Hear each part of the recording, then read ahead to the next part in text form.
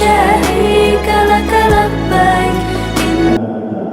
Yang kedua, salawat dan salam marilah kita senantiasa kita sampaikan kepada baginda Rasulullah Muhammad SAW. Mudah-mudahan dengan kita bersalawat kepada Rasulullah SAW, kelak nanti di yaumul qiyamah kita mendapat syafaatnya. Amin amin ya rabbal alamin. Jamaah salat subuh yang berbahagia dan yang selalu dimuliakan oleh Allah Subhanahu wa taala. Tidak lama lagi kita akan memasuki bulan Dzulhijjah. Sebagaimana bulan Dzulhijjah itu bulan terakhir pada kalender Hijriah. Artinya bulan Dzulhijjah yaitu menunaikan ibadah haji dan diwajibkannya untuk berkorban. Untuk itu, sebelum kita memasuki bulan Dzulhijjah, mari kita sama-sama simak tausiah dari Bapak Ustaz Abdul SPDI, dan nanti para jamaah dipersilakan untuk bisa bertanya kepada Bapak Ustaz Abdul SPDI mengenai tentang berkorban. Namun sebelum Bapak Ustaz Abdul SPDI menyampaikan ceramahnya, kami menunggu para jamaah tetap mentaati protokol kesehatan untuk jaga jarak, selalu memakai masker dan lain-lainnya. Demikian dari kami, kurang lebihnya kami mohon maaf. Wassalamualaikum warahmatullahi wabarakatuh. Kepada Bapak Ustaz Abdul SPDI, waktu kami bersilakan.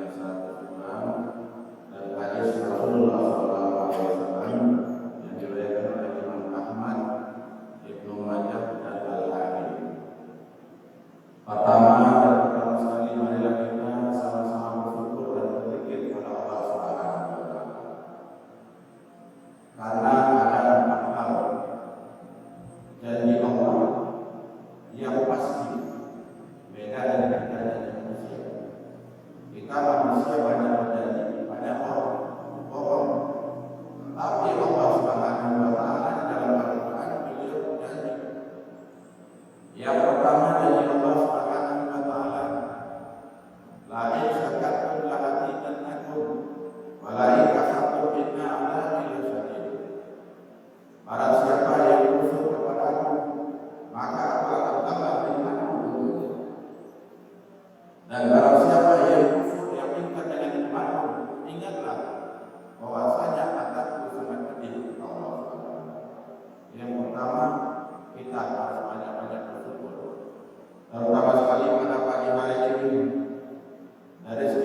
lainnya kita umat Islam pada pagi hari ini, alhamdulillah kita masih diberikan beberapa panjang oleh Allah Subhanahu wa taala. Kita masih diberikan kesempatan oleh Allah Subhanahu wa taala. Walaupun kita saat ini sebahagian kita masih diselimuti oleh kecemasan dan ketakutan dan keraguan tentang wabah yang melanda dunia saat ini. Namun ada di sebagian tempat dan juga apakah yang negara kita bahwasanya Kapolri sudah mencabut bahwasanya tidak boleh berkerumun, sekarang sudah dicabut oleh Kapolri. Itu berbeda tidak orang-orang. Jadi orang-orang yang bersyukur kepada Allah Subhanahu wa taala, jadi Allah akan dapat nikmatnya itu. Ada sebuah yang tidak didapatkan oleh orang lain pada subuh hari ini. Orang-orang yang datang sholat subuh ke masjid pada hari ini yang tidak didapatkan oleh orang yang tidak datang ke masjid. Yang pertama, kita mendapatkan lebih baik daripada dunia dan seisinya. Dan bahkan di dalam hadis Rasulullah SAW, jikalau seandainya umat tahu kata Rasulullah SAW begitu besar fadilah keutamaan daripada salat subuh berjamaah, maka dengan besok pun mereka akan datang untuk pergi salat berjamaah subuh ke masjid ini. Karena apa? Ada sebuah salat sunnah yang dianjurkan oleh baginda Rasulullah SAW. Barang siapa yang salat sunnah fajar 2 rakaat sebelum subuh, maka sama pahalanya dengan lebih baik daripada dunia dan seisinya. Jadi salat subuh apa dan itu? Kalau bisa kita jangan tinggal salat sunnah fajar ini. Inilah rezeki yang diberikan oleh Allah Subhanahu wa taala kepada kita. Ini yang pertama. Yang kedua, fadhkurni uzkurkum. Maka ingatlah aku dan aku akan ingat kepadamu, kata Allah Subhanahu wa taala. Ibarat orang bercinta-cinta dengan Allah, Allah akan ingat kepada kita. Washkuruni wala takfur, dan diiringi juga dengan bersyukurlah kamu dan jangan kufur. Banyak-banyaklah kita berzikir kepada Allah Subhanahu wa taala. Ada beberapa zikir yang diutamakan oleh baginda Rasulullah SAW. Yang pertama, kita setiap ibadah salat jangan lupa baca zikir ini kata Rasulullah SAW. Dan zikir ini adalah lebih baik daripada dunia dan seisinya. Apa itu? Subhanallah 33 kali, alhamdulillah 33 kali, dan Allahu Akbar 33 kali. Ini sunnahnya daripada baginda Rasulullah SAW. Ini sunnahnya. Banyak orang yang setelah sholat, setelah salam, begitu selesai, tanpa ada uzur, tanpa ada kepentingan yang lain, mereka langsung pergi kadang-kadang meninggalkan majelis sholat. Pernah suatu ketika Ali bin Abi Thalib, istri beliau adalah putrinya baginda Rasulullah SAW, Fatimah Az-Zahra. Fatimah itu Bapak Ibu kaum muslimin sekalian yang berbahagia, walaupun beliau adalah anaknya baginda Rasulullah SAW, putri kesayangan daripada Rasulullah, beliau sama dengan anak-anak perempuan kita. Beliau sama dengan perempuan-perempuan zaman dahulu. Anak beliau juga mengambil air dan sampai berbekas dadanya karena mengambil air, mengambil timba dari air dari sumur. Anak beliau juga menyapu. Pada suatu ketika dilihatlah oleh Ali bin Abi Thalib, disebutlah oleh Ali bin Abi Thalib, ya Fatimah, engkau kan putrinya Rasulullah. Rasulullah itu kan banyak pacarnya, banyak membantunya Rasulullah SAW. Namanya orang jadi pembantu Rasulullah saja kita bangga apa itu. Memang diterima usulan ini oleh Fatimah. Maka datanglah kepada rumahnya baginda Rasulullah SAW. Dilihat di rumah banyak tamu. Yang namanya Rasul banyak orang tamu. Dilihat di rumah banyak tamu. Atap seorang anak, walaupun anak sudah besar, kalau ada tamu orang tua tidak boleh kita dorong. Jadi dilihat banyak tamu, Fatimah pulang lagi. Rasulullah tahu bahasa anaknya Fatimah datang.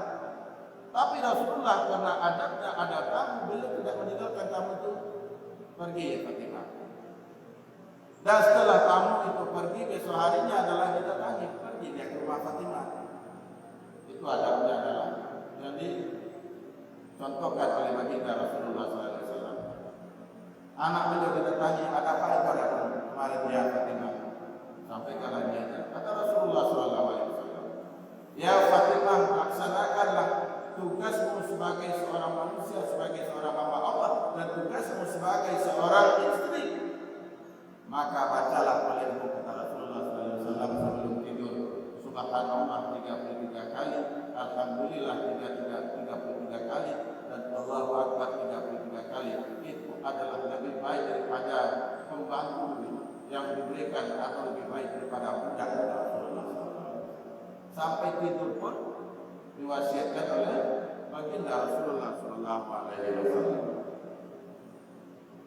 Kemudian apalagi yang dimuliakan oleh baginda Rasulullah SAW, maka Nabi Musa alaihissalam datang kepada Allah Subhanahu wa taala.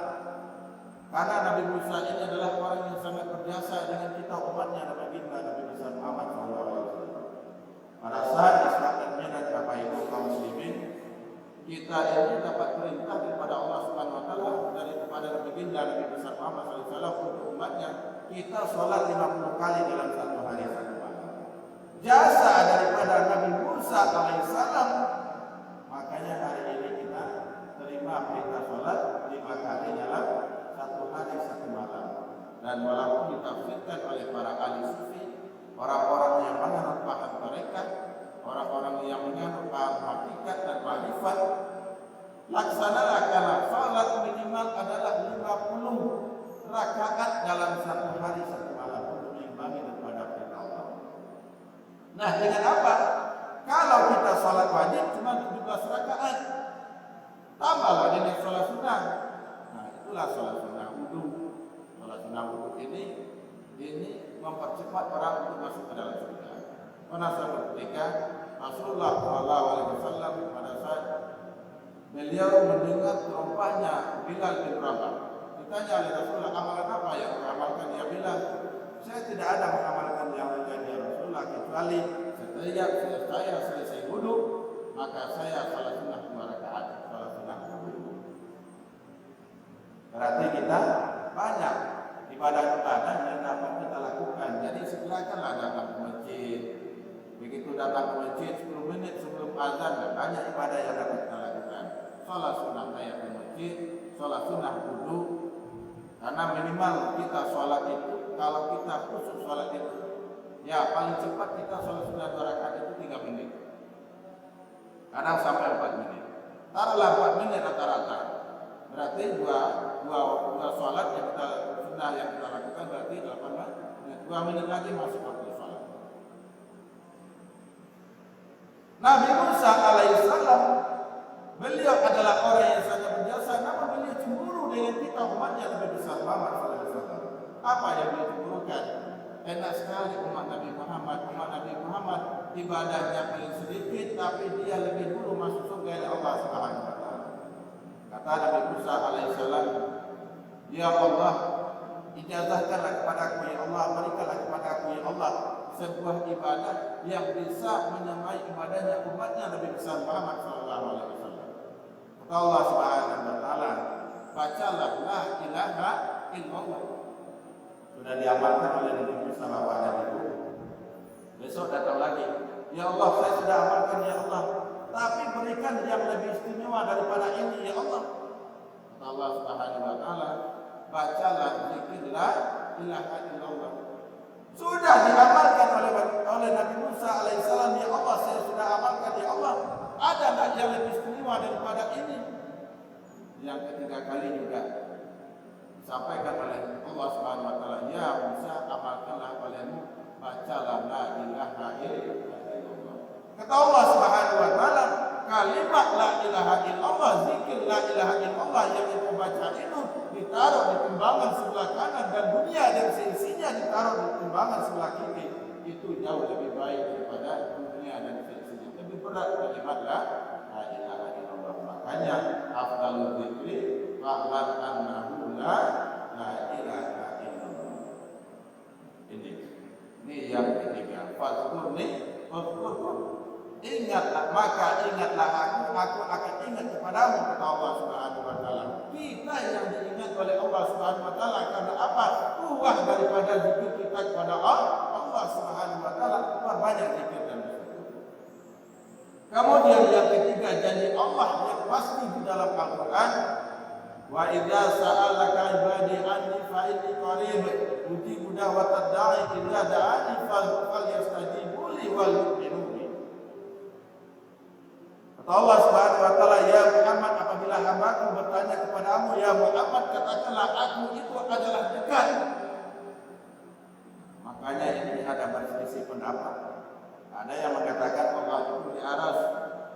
Ada ini ayat menyatakan bahasanya Allah itu adalah dekat, dan bahkan ada ayat yang mengatakan Allah itu lebih dekat daripada urat lehernya manusia kepada manusia itu sendiri.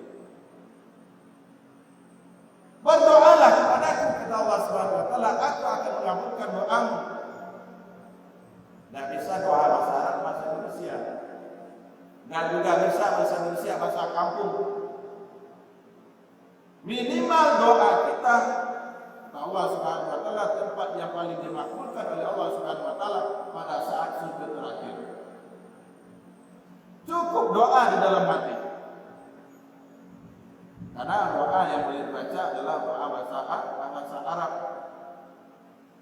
Paling tidak doa kata Rasulullah SAW, Allahumma inni as'aluka bi husnil khatimah wa rizqan taubatan nasuha qabla al-maut ya muqallibal qulub tsabbit qalbi ala dinika wa la ta'atik. Ya Allah, matikanlah aku dalam keadaan husnul khatimah, ya Allah, dan berikan rezeki yang paling baik padaku, ya Allah. Bertobat sebelum meninggal, ya Allah. Dan tetapkanlah hati ini, ya Allah, beriman kepadamu, ya Allah. Itu doa. Doa husnul khatimah, tobat sebelum meninggal dunia, dan kita adalah menjadi orang yang senantiasa istiqomah dalam menjalankan ibadah kepada Allah Subhanahu wa taala. Itu yang ketiga. Dan yang keempat, yang Allah Subhanahu wa taala, orang yang senantiasa Allah tidak akan mengazab orang-orang yang senantiasa beristighfar pada Allah Subhanahu wa taala. Istaghfiru rabbakum innallaha huwal ghafurur rahim. Beristighfarlah kepadaku, kata Allah Subhanahu wa taala, aku akan ampuni dosamu. Dengan kasih sayang dan rahmatnya Allah Subhanahu wa taala. Kemudian yang ketiga, kita adalah yang kelima, senantiasa berselawat kepada baginda Rasulullah SAW. Pada suatu ketika ada seorang pemuda masuk ke dalam masjid. Pemuda itu datang ke masjid, lalu dipanggil oleh baginda Rasulullah SAW. Ya pemuda, sini, didudukkan oleh Rasulullah SAW di samping beliau, dan di tempat duduknya Abu Bakar Siddiq. Para sahabat keherangan melihatnya, kenapa kok pemuda itu yang didudukkan oleh Rasulullah. Betapa bahagianya kita merasa kita dimuliakan oleh Rasulullah SAW di dunia saja. Jangankan Rasulullah, Pak Camat datang saja, kalau kita didudukkan di samping beliau, rasanya kita sudah dimuliakan. Tidak usah ada Pak Camat, dengan Ustaz saja kita berdampingan, itu sudah sebuah kemuliaan. Apalagi baginda Rasulullah SAW. Kenapa baginda Rasulullah SAW? Rasulullah menjawab, karena tidak ada yang melebihi selawatnya daripada seorang pemuda ini, kata Rasulullah SAW. Tidak ada yang melebihi selawatnya. Jadi orang yang selawat itu, kata Rasulullah SAW, nanti saya akan muliakan baik di dunia ataupun di akhirat. Man ahya sunnati faqad ahabbani faman ahabbani kana ma'iya fil jannah. Nanti orang yang selawat dan cinta kepadaku itu nanti bersamaku di dalam surganya Allah Subhanahu wa taala. Banyak berzikir, banyak beristighfar, banyak bersyukur, banyak berdoa dan banyak berselawat kepada baginda Rasulullah sallallahu alaihi wasallam. Ini mukadimah. Kemudian masuk ibadah kurban. Kurban ini kalau bahasa kitanya mengorbankan. Kalau dalam bahasa Arabnya qarib atau mendekat. Kurban adalah mendekatkan diri kepada Allah Subhanahu wa taala.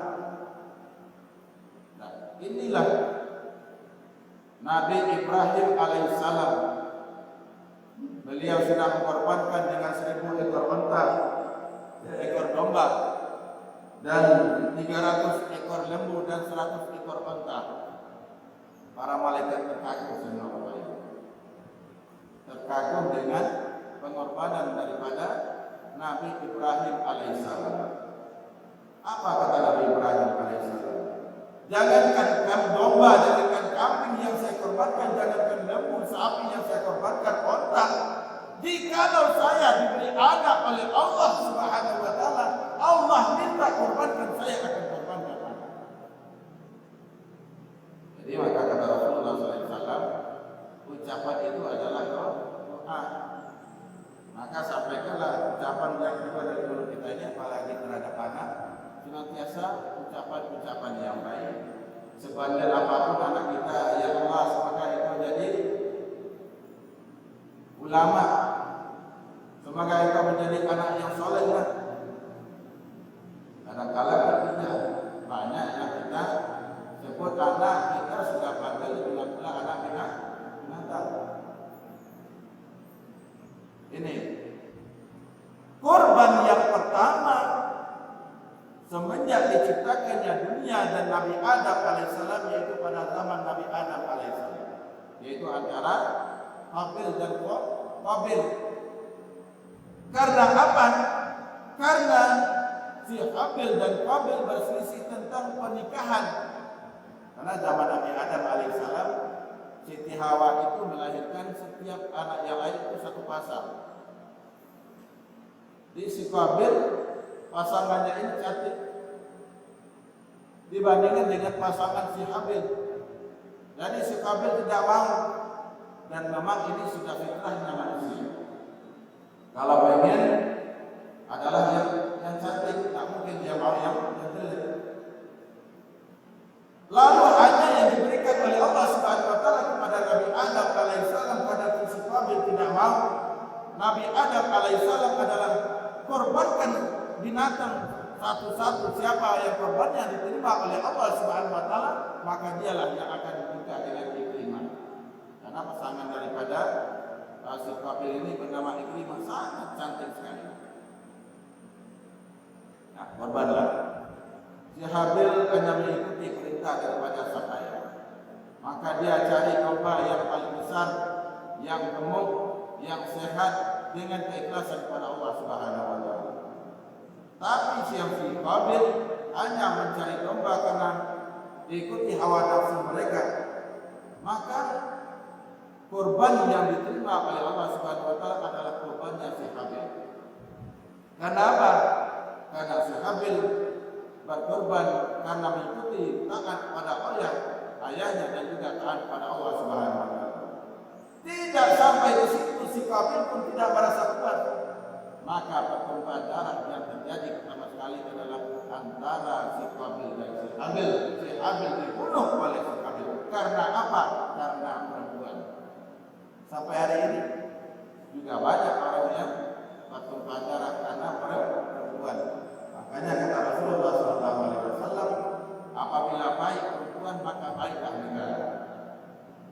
Apabila rusak perempuan maka rusaklah negara. Apabila baik perempuan di dalam rumah tangga maka baiklah rumah tangga. Apabila rusak perempuan rusaklah rumah tangga. Ini pertumpahan darahnya.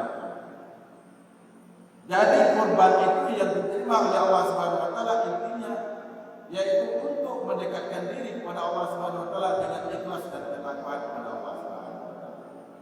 kembali kepada kisahnya kurbannya Nabi Ibrahim alaihissalam. Setelah Nabi Ibrahim alaihissalam mengorbankan 1000 ekor domba, 300 ekor lembu dan 100 ekor onta, jangankan lembu kekayaan yang saya punya, kata Nabi Ibrahim alaihissalam, anak pun kalau saya diberikan oleh Allah Subhanahu wa taala akan saya kurbankan. Karena apa? Karena saat itu Nabi Ibrahim alaihissalam dan Siti Sarah sudah berpuluh-puluh tahun belum juga diberi anak oleh Allah Subhanahu wa taala. Kebahagiaan yang paling bahagia di dalam kehidupan rumah tangga yaitu ada hadirnya seorang anak yang memanggil ayah dan bunda kepada di dalam rumah tangga. Sudah berpuluh tahun tidak juga diberikan anak, dan bahkan Nabi Ibrahim alaihissalam senantiasa berdoa kepada Allah Subhanahu wa taala. Wa qala inni dzahibun ila Allah, saya aku datang kepadamu ya Allah, menyerahkan diri kepadamu ya Allah. Ya Allah, lindungilah aku ya Allah. Rabbi habli minas shalihin. Ya Allah, ya Allah, berikanlah kepadaku ya Allah anak yang saleh ya Allah. Rabbi habli minas shalihin fa basyarnahu bi ghulamin halim. Setelah berpuluh-puluh tahun nikah dan bahkan umur Ibrahim ada sampai 80 tahun, ada usulan. Mungkin di saya ya, junjungan Nabi Adam alaihissalam kata Siti, kayak pada Nabi Ibrahim kata Siti Sarah, mungkin saya yang salah. Silakan engkau nikahi Siti Hajar. Siti Hajar pada waktu itu beliau pembantunya daripada Ibrahim dan Siti Sarah. Nabi Ibrahim tidak langsung menerima Bapak Ibu. Tidak mungkin cinta saya hanya kepadamu ya Siti Sarah, saya tidak mau nikah dengan Siti Sarah. Sampai di desa terus saya ikhlas ya Ibrahim. Sampailah dinikahilah Siti Hajar oleh Ibrahim alaihissalam, dan doa daripada Nabi Ibrahim alaihissalam melalui Siti Hajar, maka hamillah Siti Hajar. Setelah lahir Ismail, rupanya sekali dari Allah lain lagi, hai Ibrahim, antarkanlah anakmu ke sebuah tempat yang tandus yang tidak ada bekal di sana. Diantarkanlah Siti Hajar dan Ismail yang terletak antara Bukit Safa dan Marwah, yang sampai sekarang itu disempurnakan jadi ibadah haji dan umrah bagi kita umat Islam. Setelah bekal habis Siti Hajar, apalagi yang mereka lakukan, maka beliau Siti Hajar karena tidak bisa lagi mengeluarkan air susu untuk menyusukan Ismail, beliau dari kecil mencari bekal antara Safa dan Marwah. Dan Ismail meletakkan kakinya pada saat itu, maka keluarlah air. Makanya sampai hari ini air itulah yang kita minum kalau seandainya kita pergi haji dan umrah, yaitu air Zam-Zam. Zam-Zam itu artinya keluarlah. Maka itulah air yang suci dan juga air yang tidak ada bandingannya di dunia ini. Dan bahkan sampai hari ini ada sebuah batu dinamakan dengan Hajar Aswad. Maka kata Allah Subhanahu wa taala, aku sudah kabulkan doamu ya Ibrahim, engkau minta anak, aku sudah berikan anak. Falamma balagha ma'asya qala ya bunayya inni ara fil manam anni adbaka fanzur madza tara.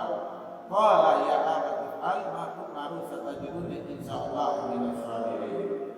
Maka tatkala anaknya sudah menjadi anak yang remaja, yang sudah bisa diajak untuk berusaha, yang sudah bisa membantu Nabi Ibrahim alaihissalam, Allah tagih janjinya daripada Ibrahim alaihissalam. Ucapan yang pernah diucapkan, hai Ibrahim, dulu engkau pernah sebelum punya anak, kalau engkau punya anak, engkau akan korbankan. Maka mimpilah pada tanggal 8 Zulhijjah Nabi Ibrahim alaihissalam. Nabi Ibrahim belum yakin pada saat itu apakah ini perintah Allah ataukah daripada saya. Pada malam 9 Zulhijjahnya Nabi Ibrahim alaihissalam bermimpi lagi. Makanya ini benar daripada Allah Subhanahu wa taala.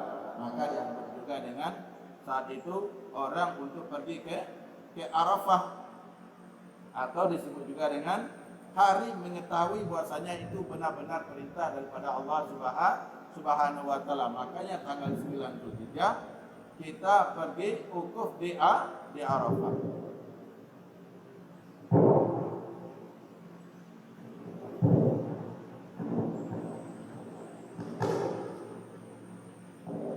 Pada tanggal 9 Zulhijjah itu adalah mengetahui bahwasanya ini mimpi ini, perintah ini benar-benar daripada Allah Subhanahu wa taala.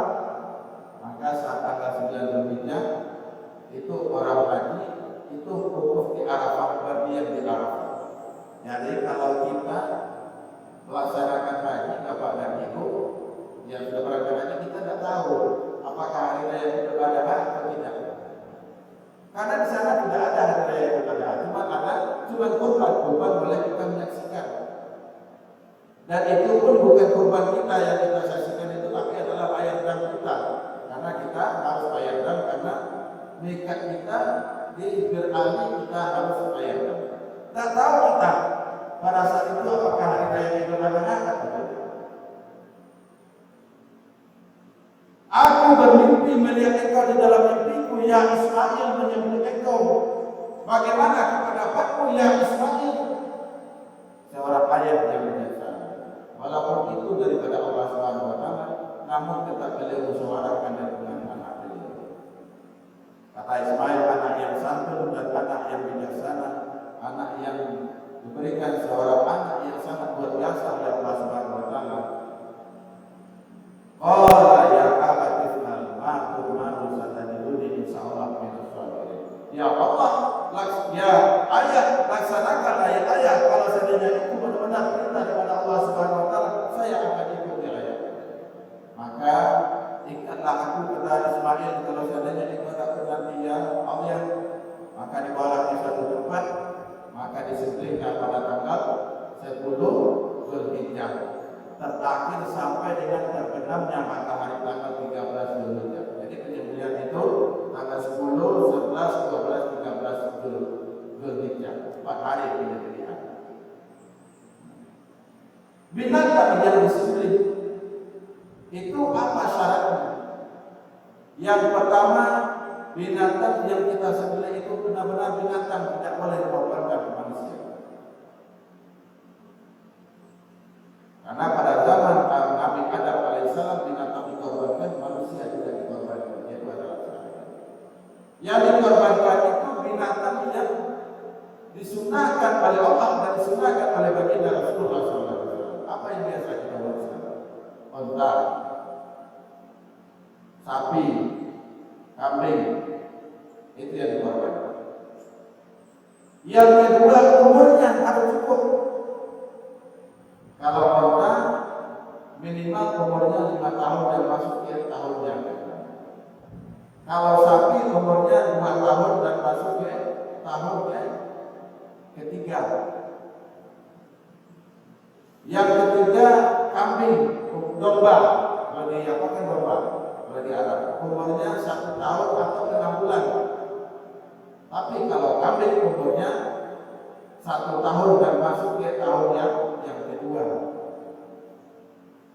Kemudian sapi itu binatang yang kita korbankan itu, kambing itu utuh milik kita, bukan perserikatan.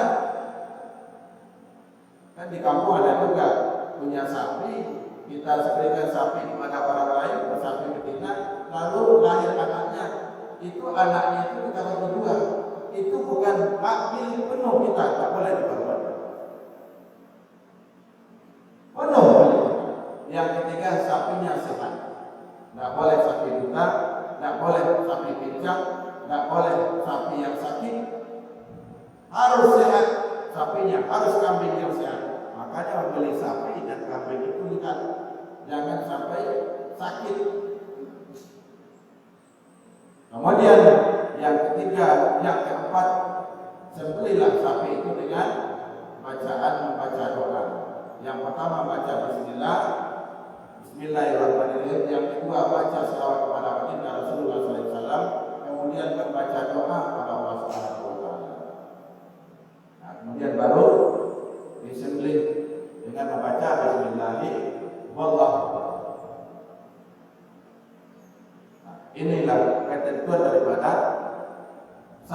yang disembelih pada saat ibadah kurban. Kemudian ada lagi permasalahan. Dulu orang tua kita dulu waktu kita lahir kita belum akikah. Mana yang kita dahulukan, akikah atau kurban? Pada saat itu kalau kita mau akikah laksanakan. Kalau kita mau kurban kita laksanakan. Kalau niat kurban tidak kurban. Karena apa? Kurban hanya di tahun itu, sedangkan akikah boleh untuk yang akan datang. Sedangkan kurban itu sunnah bagi kita, sedangkan akikah bukan wajib bagi kita. Kenapa? Karena akikah itu tanggung jawab orang tua sampai umur berapa? Sampai umur 7 hari diakikahkan. Dan 1 sampai umur 7 hari sampai umur 1 tahun. 1 tahun dan 1 sampai umur 2 tahun itu kewajiban kita sebagai orang tua. Sampai umurnya sampai dia balik umur 12 tahun dan 1 juga. Lewat dari 12 tahun sudah lepas kewajiban daripada orang tua karena tidak mampu. Dan si anak boleh berkorban untuk dirinya sendiri. Tinggal kita. Kalau kita ingat kita belum korban ke orang tua, ya korban dulu diri kita. Korban akikah dulu diri kita. Ada juga yang mengatakan kalau kita belum akikah sah korban kita, korban sah. Tidak ada hubungan akikah dengan korban. Beda. Kurban dilaksanakan hanya pada saat hari tasyrik. Pada tanggal 10 Zulhijjah, pada tanggal 11 Zulhijjah, pada tanggal 12 Zulhijjah, dan pada tanggal 13 Zulhijjah. Sedangkan akikah kapan saja boleh kita laksanakan. Yang penting kita punya kemampuan pada saat itu. Kemudian binatang yang kita korbankan, binatangnya disunahkan adalah kalau sapi jantan, kalau kambing jantan. Boleh berenang, boleh. Dalam ketentuan di dalam syariat, tapi yang disunahkan adalah yang jantan. Nah, akikah bagaimana? Kalau anak laki-laki 2 ekor kambing, sedangkan anak perempuan adalah 1 ekor kambing. Inilah ketentuan daripada syariat kita untuk ibadah kurban. Kemudian pada saat hari tasyrik itu, kata baginda Rasulullah SAW, man kana lahu zamah, barang siapa pada saat hari tasyrik itu dia punya kemampuan, dia punya harta, falam yudhaki, dan dia tidak mau berkorban, fala yudhakibanna musalla, jangan engkau dekati tempat salat untuk Rasulullah SAW. Begitu ancamannya bagi orang kaya. Mobil ada, rumah kontrakan 3, tapi tidak mau korban pada Rasulullah. Jangan mendekati tempat sholat. Pada kapan? Pada saat tanggal 10, 11, 12, 13 itu kita punya harta, kita punya kemampuan. Korbanlah kepada Rasulullah. Karena apa? Karena setelah itu belum tentu kita hidup lagi. Itulah bapak dan ibu. Ketentuan daripada syariat tentang berkorban, ibadah korban yang kita lakukan. Umur sudah jelas. Kalau harga itu relatif. Kalau di daerah kami dengan Pak Chandra itu harga sapi dibandingkan dengan di Batam cuma separuh. Nah, kalau kami di kampung beli sapi untuk korban itu paling tinggi 10 juta. Jadi 1.500.000 sudah cukup untuk korban. Kalau sini kan kita harus itu kambing 3 juta. Nah, di sini 3 juta, kalau kali 7 21 juta. Jadi 2 kali lipat harga sapi yang sebenarnya. Jadi kalau mau bisnis sapi korban lumayan. Untuk 1 kali lebaran haji cukup untuknya untuk 1 tahun depan. Nah, itulah bapak dan ibu. Mungkin barangkali ada yang mau ditanyakan, ada sekitar 10 menit. Insyaallah setelah itu kita masuk ke Isra.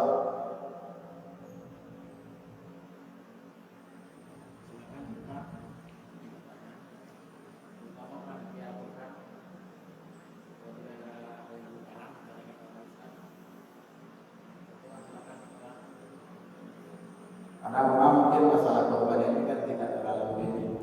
Yang jadi masalah itu binatang saja yang kita teliti. Kemudian yang kedua untuk penyembelihan itu, kalau yang disyariatkan itu kalau untuk nyembelihnya sekitar 1 jengkal dari kepala, dari telinga ke urat nadinya. Kemudian harus pisau yang tajam. Karena ada juga yang betal. Kalau bisa 2 kali tarikan sudah putus. Ada jadi memang butuh orang punya keberanian yang khusus untuk menyembelih itu. Kalau di Arab tidak ada ikat-ikat. Kalau kita di sini kan harus ikat. Nah, jangan sampai kita menganiaya binatang pada saat menyembelih hewan kurban tersebut ataupun menyembelih yang lain. Pisau sangat tajam sekali. Silakan Pak kalau ada yang silakan tadi.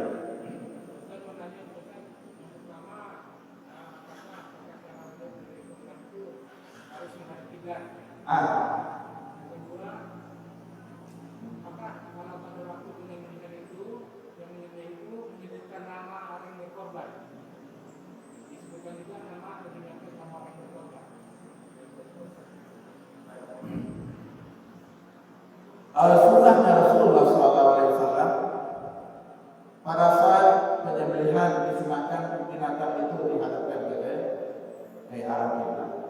Kemudian sebelum menyembelih biasanya panitia menyebutkan sapi yang ketiga atau kambing 1 misalnya. Disebutkanlah nama A bin ini, B yang kedua binti ini, binti Adam yang ketiga bin Adam dan seterusnya.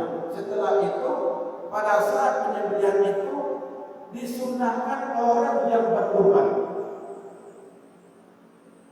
Orang yang berkorban disunahkan orang yang berkorban. Tidak sanggup orang yang berkorban karena tidak semua orang sanggup untuk menyembelih. Nah, diwakilkanlah kepada 1 orang yang menyembelih. Makanya tidak heran kalau orang yang biasa menyembelih itu sampai 17 ekor itu biasa saja. Kalau kami di Padang dulu Bapak Ibu, itu cuma musola. Kalau kami di bawah musola itu, 1 musola itu 17 ekor sapi. Jadi kalau pembagian kurban itu beda dengan kita di Batam ini. 1 kurban itu paling sedikit itu 2,5 kilo. Itu belum masuk tulang.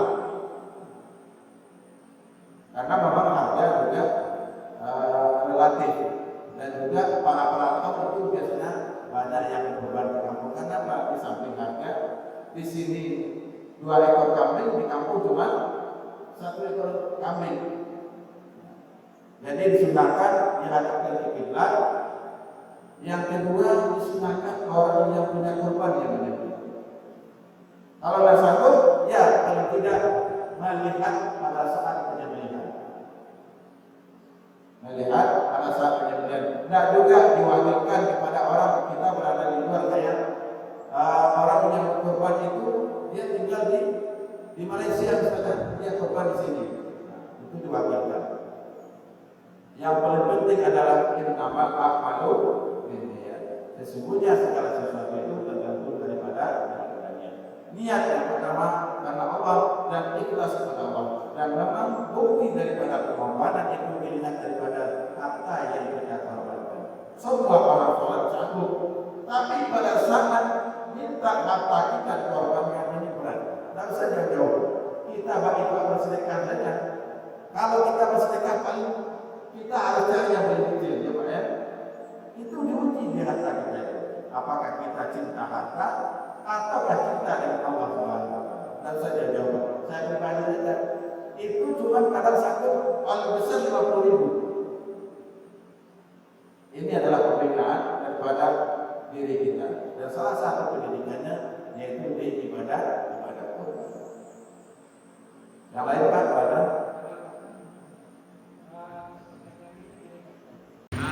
yang bekerja, apakah boleh konsumsi daging itu diambil daripada yang kurban, sedangkan kita nih belum tahu, belum minta izin kepada orang yang berkorban. Itu satu. Yang kedua, mengenai kita kurban, kita ingin lihat kurban, tapi kita istilahnya belum sanggup, tapi kita ada niat. Ada orang yang mau mengutangi binatang untuk korban. Apakah korban kita itu boleh kita dengan berkorban itu dengan berhutang itu Pak? Itu aja Bro. Maka beberapa catatan perangkat dulu Padahal ibadah dan juga termasuk beda kurban itu binatang yang kita korbankan itu adalah utuh milik kita. Kalau seandainya kita berhutang, nanti pada saat setelah korban kita meninggal dunia, kita cari yang dengan aman hidup di dunia dan juga dengan di akhirat. Lebih baik kita berkorban itu adalah saat itu yang diajarkan oleh Rasulullah, man kana lahu sana, yang pada saat itu kita punya kemampuan dan kesanggupan untuk berkorban, bukan berhutang. Oh, karena kita belum menerima duit misalnya, berhutang. Dan kalau seandainya kita sudah mampu punya duit pada saat itu, alangkah indahnya kita duit itu kita tagih atau dia jadikan. Boleh berhutang tapi dengan catatan sudah jelas ada yang untuk membayarnya. Ini kelebihan ulama ini. Nah, boleh ibadah berhutang dulu kalau seandainya ya kayak pegawai negeri ada nanti yang membayarnya seperti itu. Tapi kalau menurut baginda Rasulullah SAW, kalau bisa ibadah itu jangan berhutang. Karena berhutang setelah kita laksanakan kita punya beban. Ibadah makanya harta yang kita korbankan itu adalah harta penuh milik kita. Tidak ada hak orang lain di dalamnya. Kalau kita berhutang masih punya orang lain. Kemudian ya, yang terakhir Bapak Ibu kaum muslimin dan berbahagia dalam ibadah korban. Kita tidak sanggup sapi, tidak usah sapi. Cuman kita sanggup kambing, ya kambing. Boleh tak satu kambing itu satu keluarga? Niatnya boleh. Pernah Rasulullah SAW beliau niatkan beliau berkorban harta untuk satu keluarga, tapi dengan catatan nanti karena boleh adalah satu kambing aja satu keluarga, padahal kita mampu satu ekor sapi, bukan seperti itu. Orang yang berkorban itu sesuai dengan kemampuannya. Kalau kita mampu satu ekor sapi, ya satu ekor sapi. Boleh untuk satu keluarga, boleh. Satu kambing boleh untuk satu keluarga. Pernah dilaksanakan oleh baginda Rasulullah SAW. Dan Rasulullah juga beliau berkorban unta itu 100 ekor unta. Itu untuk satu orang. Diri Rasulullah SAW. Jadi korban itu sesuai dengan kemampuan kita. Dan sanggup satu ekor sapi satu keluarga, boleh satu ekor kambing. Atau juga 4 keluarga sanggup kambingnya 4 ekor kambing. Boleh tak digabung dengan satu ekor sapi? Ini juga boleh digabung dengan satu ekor sapi. Itu boleh untuk 7 orang dan juga boleh satu ekor sapi 4 orang. Dah harus 7 orang. Tapi cuman karena Rasulullah pernah disunahkan juga satu ekor sapi, satu ekor unta itu boleh untuk 7 orang boleh. Tapi kalau kita mampu satu ekor sapi untuk 2 orang, maka itu 7 orang. Ini Bapak Ibu. Salat tinggal 3 menit lagi. Tadi kan yang masalah Karena tidak semua orang paham dengan itu. Jadi kalau sudah musyawarah sepakat dan walaupun satu ekor kambing yang kita jadikan konsumsi, yang penting kita sudah cuma karena kurban itu kita sudah digabung semua di sana. Satu paket semua kambing, sapi semua masuk di sana. Nah, tapi karena ini adalah kebutuhan nanti pada saat zuhur nanti kita harus ada konsumsi, maka dipotong. Tapi lebih baik karena secara hakikatnya kita semuanya sudah diserahkan kepada panitia korban. Insyaallah itu insyaallah dari Allah Subhanahu wa taala. Itu saja Bapak Ibu, mudah-mudahan ada manfaatnya bagi kita semua dan bila kita berdoa kepada Allah Subhanahu wa taala. A'udzubillahi minasyaitonir rajim. Bismillahirrahmanirrahim. Alhamdulillahirabbil alamin. Wassalatu wassalamu ala asyrofil anbiya'i wal mursalin wa ala alihi washabihi ajmain. Ya Allah ya Rahman ya Rahim ya Ghaffar. Ya Allah ya Tuhan kami, ampunilah dosa-dosa kami ya Allah, dosa orang tua kami ya Allah, dosa istri kami ya Allah, dosa anak kami ya Allah, dosa suami kami ya Allah, dosa guru kami ya Allah, dosa para pemimpin kami ya Allah. Ya Allah ya Tuhan kami, jadikanlah keluarga kami ya Allah keluarga yang sakinah mawaddah warahmah ya Allah. Ya Allah ya Tuhan negara kami ini ya Allah yang saat ini wabah melanda negeri kami ya Allah, cabutlah dalam wabah ini ya Allah. Jadikanlah negara kami ini negara yang mendapat kebaikan dan para berbahagia ya Allah, khususnya Kota Batam ya Allah. Ya Allah ya Tuhan kami, jadikanlah kami ini hamba yang senantiasa istiqamah ya Allah. Karena istiqamah itu kami tahu ya Allah lebih baik daripada 1000 keramat ya Allah. Istiqamahkanlah kami dalam ibadah ya Allah. Ya Allah ya Tuhan kami, sebentar lagi ibadah haji, sebentar lagi hari raya haji ya Allah akan datang ya Allah. Berikanlah kepada kami ya Allah niat yang ikhlas ya Allah, kemampuan untuk berkorban ya Allah, dan jadikanlah korban kami ini korban yang menerima ya Allah, seperti korbannya si Habil ya Allah, seperti korbannya Ibrahim alaihissalam ya Allah, seperti korbannya Nabi Muhammad sallallahu alaihi wasallam ya Allah. Rabbana taqabbal minna innaka antas samiul alim wa tub alaina ya Allah innaka antat tawwabur rahim. Terimalah semua ibadah ibadah kami ya Allah. Rabbana atina fid dunya hasanah wa fil akhirati hasanah wa qina adzabannar. Walhamdulillahi rabbil alamin. Taqabbalallahu minkum minna wa minkum taqabbal ya karim. Wallahu a'lam wa bi'alik. Mohon maaf. Terima kasih banyak atas perhatiannya. Assalamualaikum warahmatullahi wabarakatuh.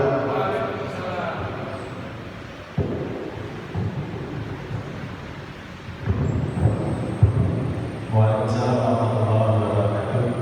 Demikianlah dosia pada pagi hari ini yang disampaikan oleh Bapak Ustadz Afdal SPDI dengan tema berkorban.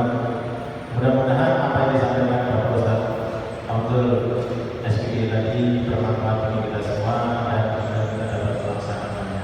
Amin, amin, ya Rabbal alamin. Demikianlah